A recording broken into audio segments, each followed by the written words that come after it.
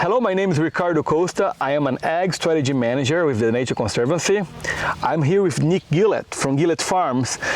Nick is a partner of ours and FSF. Nick, do you mind introducing yourself? Talk a little bit about your farm operation and what you do? Sure. So my name is Nick Guilette, member with Guilette Farms. My mom and dad started the farm, which they took over from my grandma and grandpa. Now it's my brother, my dad, and myself in what's called Guilette Farms.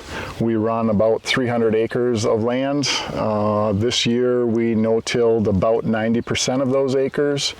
And as you can see, the cornfields behind us, these are all no-till planted green, and about 90% of our corn acres were no-till planted green this year. A big part here in the last 4 or 5 years of our success and learning journey has been Peninsula Pride Farms and the Kewaunee Demo Farm Network. We're able to learn from other farms as peers, both our successes and our failures.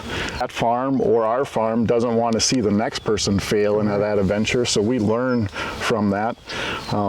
Farmers for Sustainable Food have kept us in line in terms of our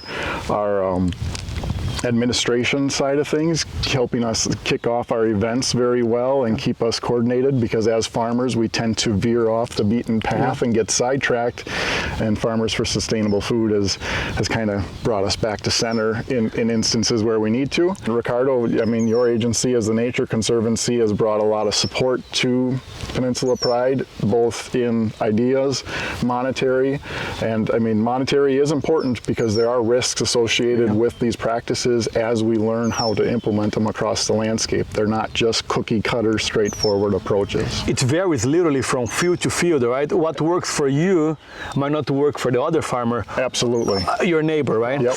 Is there anything else that you're doing that you might wanna, you are trying now, you want to expand? Where do you want to go? Yeah.